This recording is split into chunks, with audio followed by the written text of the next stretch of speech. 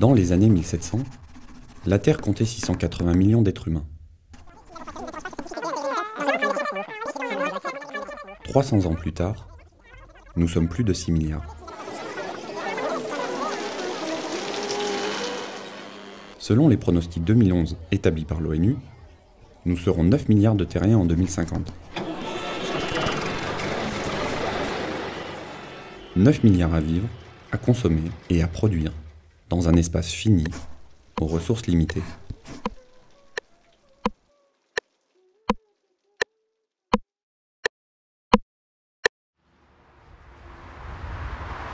La nécessité de répondre aux besoins alimentaires d'une population en constante expansion nous pousse à produire plus. Fort d'innovations technologiques, accompagnés d'une ressource énergétique bon marché, nous mettons en œuvre des systèmes de production intensifs reposant sur la chimie du pétrole, la génétique et la mécanisation.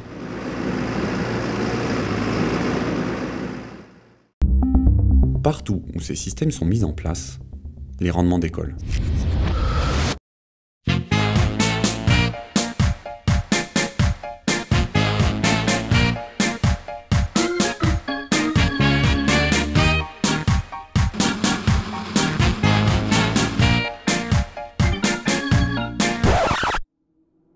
« 30 ans plus tard, ces rendements ne tiennent qu'au prix de la surexploitation de notre écosystème par des techniques fondées sur le labour, la chimie, l'expansion des zones de culture et la génétique.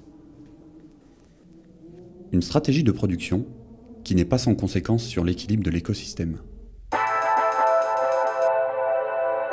La déforestation, en libérant le carbone stocké par les végétaux et par le sol, contribuerait à plus de 25% des émissions mondiales de gaz à effet de serre.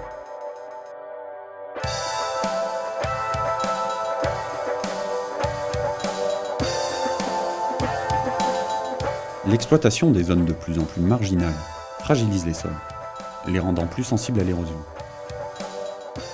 Une érosion accentuée par des pratiques comme le labour, transformant les agriculteurs en de véritables mineurs du carbone et de la fertilité des sols.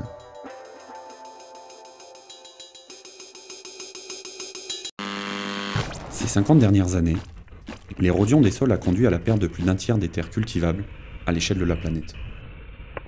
Soit 10 milliards d'hectares perdus chaque année, et plusieurs milliers d'années, pour retrouver un sol de nouveau fertile. Le sol agricole est précieux.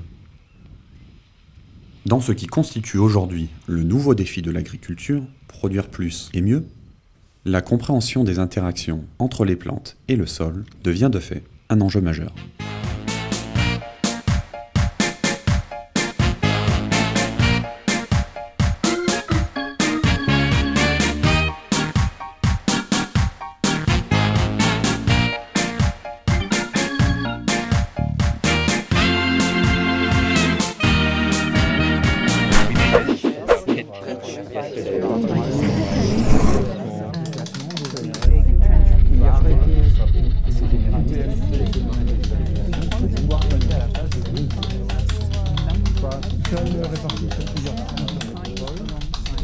Suivant là on voit qu'on a un niveau et nos collègues sont présents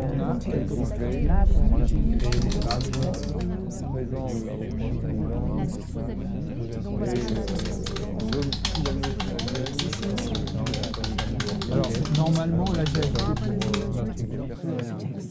normalement